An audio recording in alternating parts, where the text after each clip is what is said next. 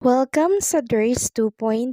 Fresh at nagbabagang happenings bang hanap mo? Mga padabarkads man yan o mga trending topics? Pwes, sagutin natin yan.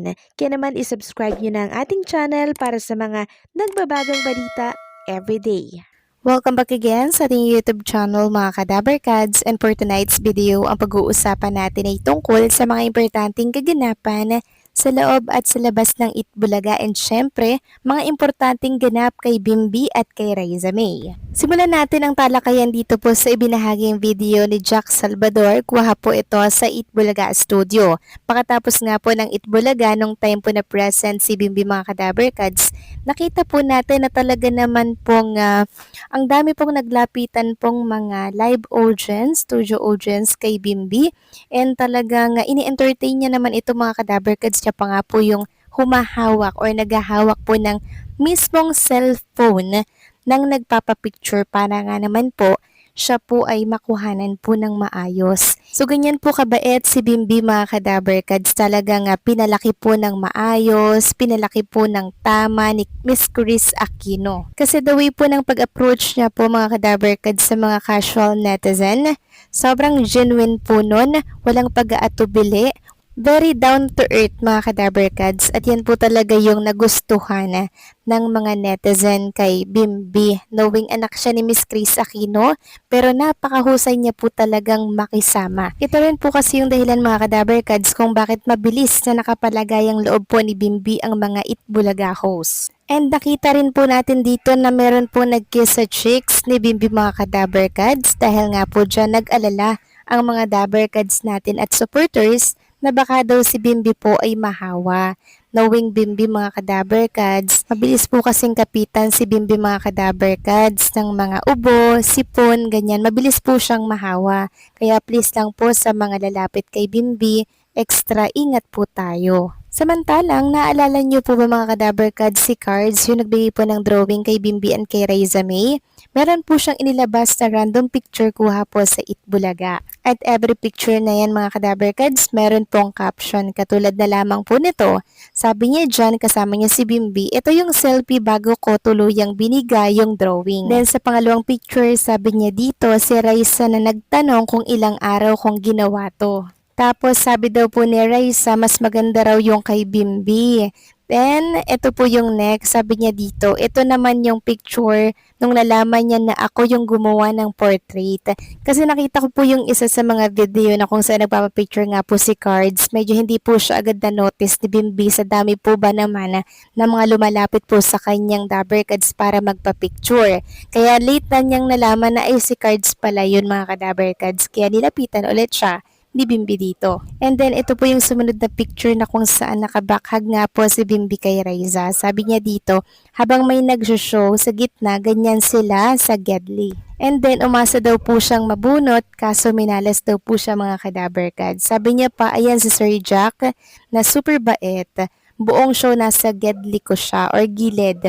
Tapos nung malapit nang matapos, binigay niya yung portrait para makapagpa-picture sa Maybe. And then, nung binuhat nga po ni Bimbi si Raisa nung time po na Bulagaan University, ang dami daw pong kinilig dito.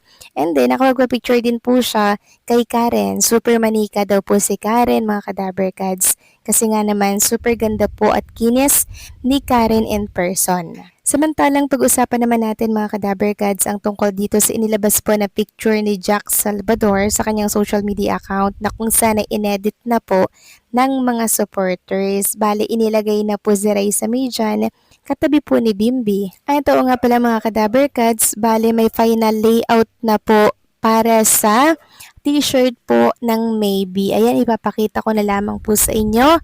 Hong Kong chapter po ito. So, abot na po sa iba't ibang panig ng ating mundo ang tambalang Maybe mga Kadabarkads. Pang international na po talaga sila Raisa May and Bimbi. Kasi abot na po sa iba't ibang sulok po ng bansa, iba't ibang country po ng ating mundo mga Kadabarkads.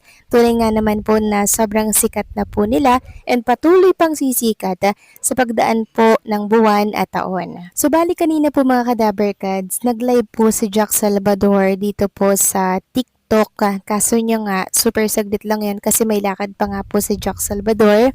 May bibilhin po siya sa isang mall. Baka daw po masaraduhan siya ng mall. Kaya nagmamadali po siyang mag-end ng live. Pero bago po siya mag-end live mga Kadaber Cards, meron pong unexpected call kay Bimbi mga Kadaber Cards. At alam niyo ang nasa kabilang linya kung sino? Si Raiza Madison, at aksidente po yung naipakita ni Bimbi during live at hindi po expected ni Raiza Madison na naka-live nga po si Bimbi mga Kadaber Cards. Kung bagay, hindi niya po inaasahan na mabubuking yung call niya kay Bimbi. Kasi may sasabihin daw po si Raiza Madison kay Bimbi mga Kadaber Cards. Kaya sabi po ni Bimbi, wait, naka-live ako. Sabay flex po ni Bimbi ng call ni Raiza May Dison. Naka-video call po sila together. Kaya nung nakita po ni Raiza May na plinex nga po siya sa screen nung live, grabe yung gulat niya mga Kadaber Cards. So dito po napatunayan ng mga maybe fans na talaga namang nag-uusap po sila in private at nagtatawagan po via video call. Sabi nga ng mga netizen dito, huli, nagtatawagan pala talaga sila. Tapos may nagsabi pang, yehey, tumawag si Aling Maliit, huli. So bali may live daw po si Jack Salvador mga Kadaber Cards ng mga 9 PM, magla-live po ulit siya. And alam nyo ba mga Kadaber Cards, nung time po na pumunta si Raiza May sa bahay po ni Bimbi for the third time, sabihin natin for the third time, nung time po na naka-red po si Raiza May mga Kadaber Cards. Kasama po si Miles Ocampo ulit nun, 'di ba? So meron po tayong nakitang video ni Jack Salvador na gulat po siya mga Kadaber Cards. Actually kumakain siya nung time na yun ng mangga. So gulat na gulat po siya sa nakita niya mga Kadaber Cards. So yan, ipapakita ko na lamang po sa screen po ninyo yung gulat ni Jack Salvador na patabon po siya ng mukha or ng bibig sa nasaksihan niya po kay Raiza May and kay Bimbi. And marami nga pong nakarinig sa live nung kiss ni Raiza and Bimbi. Basta mga Kadaber Cards, iba yung kiss parang ganyan mga Kadaber Cards.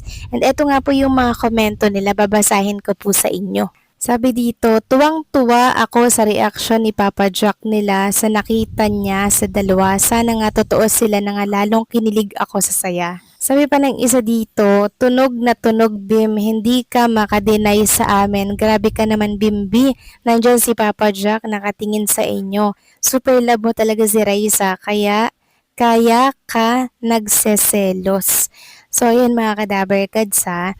Grabe po talaga, rinig na rinig ko rin po yung tunog ng pag-kiss. Ewan ko lang kung sino yung nagkikiss, si Bimbi ba kay Raiza or si Raiza ba kay Bimbi. And dinig ko rin po yung tawa ni Miles Ocampo dun mga Kadaber Cards. Sayang lang hindi natin nakita kasi nakaharap po yung camera ay kay Jack Salvador. Bali nasa gilid po si Raiza at si Bimbi nung time na mangyari yon. Kaya ang tanong nga po ng mga fans ay kung sila Bimbi at Raiza May na daw ay mag-on na.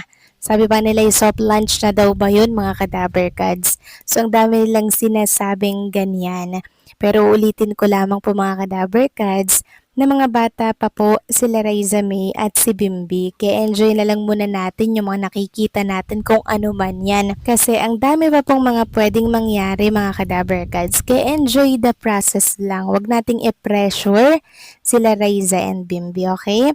So paano mga Kadaber Cards, hanggang dito na lamang pong update natin at maraming salamat po sa inyong patuloy na pagsuporta.